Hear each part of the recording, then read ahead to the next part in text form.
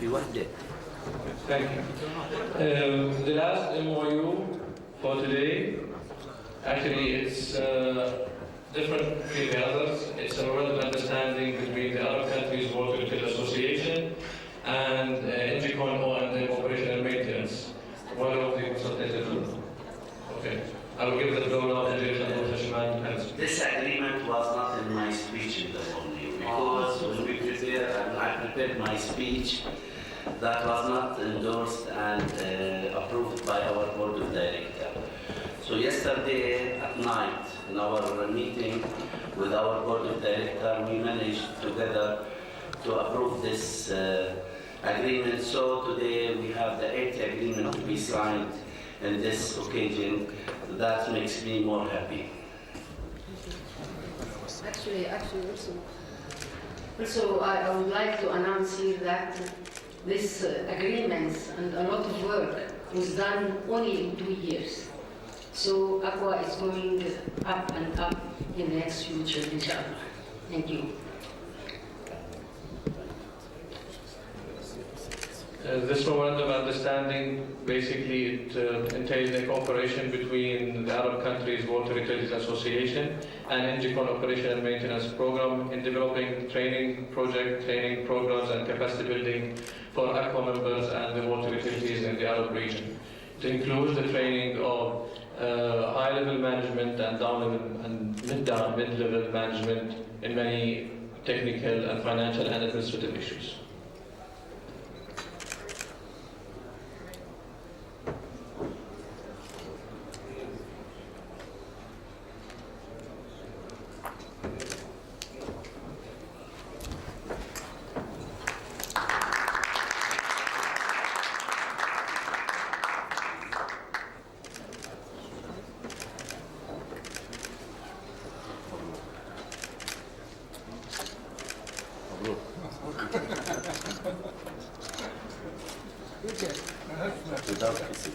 Yes, sure. Thank you all. This is for today. Tomorrow will be also assigned.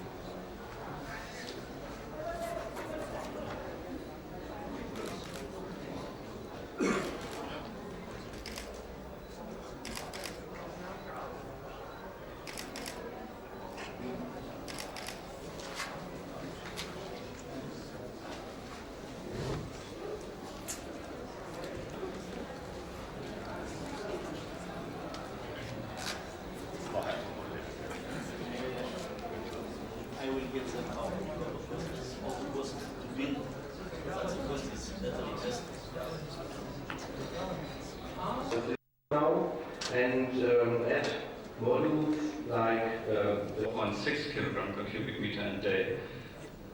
Recent studies at Stuttgart University from 2010, there were some special examinations on wastewater treatment at high temperatures.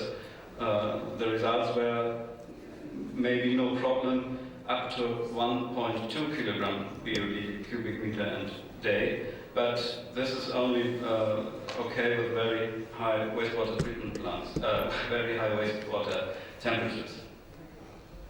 So if you look at the load of the trickling filters over the whole year, especially the months from December to January, I have very high loads here, and it's the time where the wastewater temperature is mostly below 15 degrees. So the critical loads are in these cold months. Another thing is the BOD concentration with these high inflow concentrations. And another thing is missing outer part from the surface, has never seen any wastewater. And Aina Basha, you see big differences. In Irbid we have damaged, we reached only about 1 millimeter in operation mode. The German standards talks about 4. So we have very fluctuating mixed liquor suspended solids in activated sludge stage, and of course also business economics, and has more than 20 years experience in water resources planning. He specializes in conducting water and demand analyses, developing water use forecasts, evaluating water conservation programs, and incorporating these committee of the American Water Works Association, and now serves as a trustee of the American Water Works Association Water Resources Sustainability Division. We're lucky to have Mr. Davis as a speaker with us this morning, and you could take the podium freely. Thank you. Microphones are not on.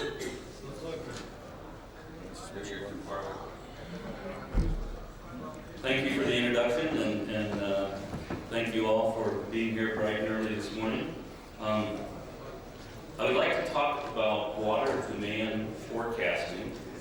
Most of what I do as an economist is in the planning realm and working with utilities and states and governments, looking out into the future 20, 30, 40 years to determine how much water they're going to need, how much potable water for different services. And water demand forecasting is a very integral and critical part of developing a water demand plan and a water resource plan. And we need to know what is the demand, and the critical elements are when we'll evaluate different supply alternatives to fill in that future deficit. There are a number of and so I can focus on the non-revenue water. However, there are some copies of my paper at the CDM booth on demand forecasting. Essentially, we follow a very organized step-by-step process. We collect data, conditions, we analyze the data, we develop models of water use patterns, and we prepare what we call a baseline forecast.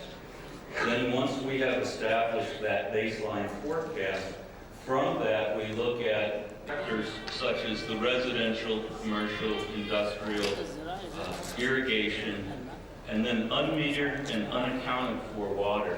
These all fall within the sectors within the typical potable water system. And that's what I'm going to focus on today. There are different approaches, a water demand, all the different sectors of a county. Public supply water, the self-supplied residential, which are the houses with their own wells, self-supplied industries, and agriculture.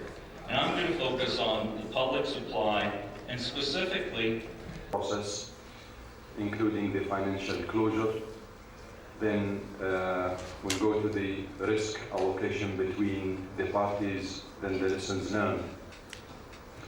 1985, the Ministry of Water and Irrigation, the Water Authority, constructed the first wastewater treatment plant utilizing waste stabilization ponds. At that time, we have to go for low-cost technology. Unfortunately, we believed them at that time, and we constructed meters.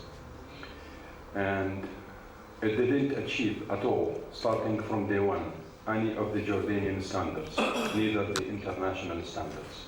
So the DOD was high, solids was also high, total nitrogen was also high, in addition to the big area using an effluent quality of salinity in the range of 1200 milligrams per liter, which fits only for certain crops,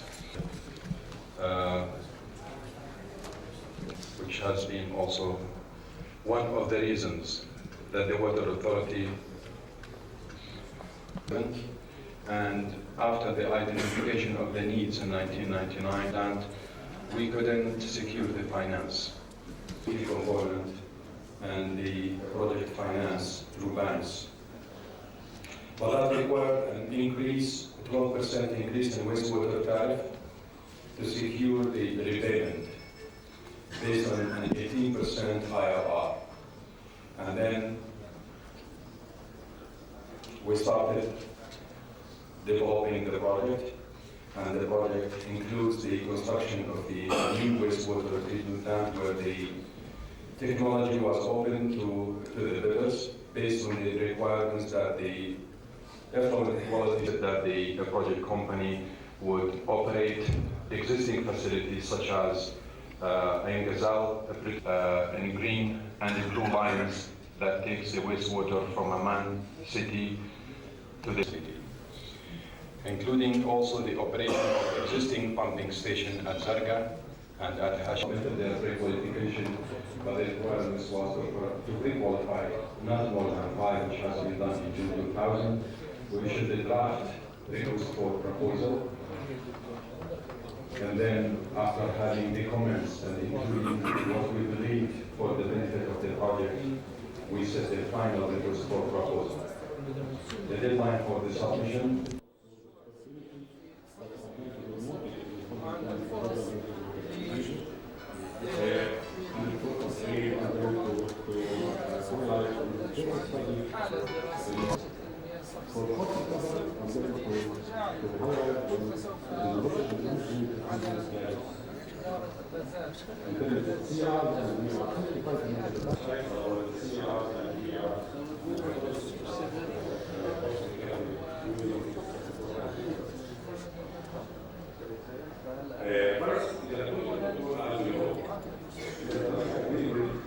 international tender to mitigate greenhouse gases, to reduce greenhouse gases and control the climate change impact. One carbon credit.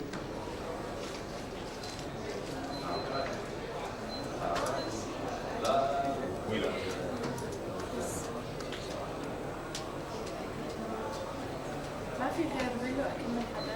أيمن لكل أغراض على عبد الله عشان بيعرف بس you have هاي خذ أكل معه.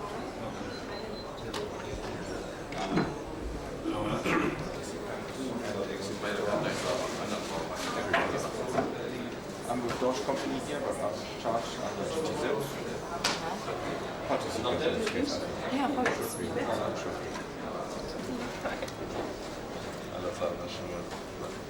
بدك تجيبها وايش؟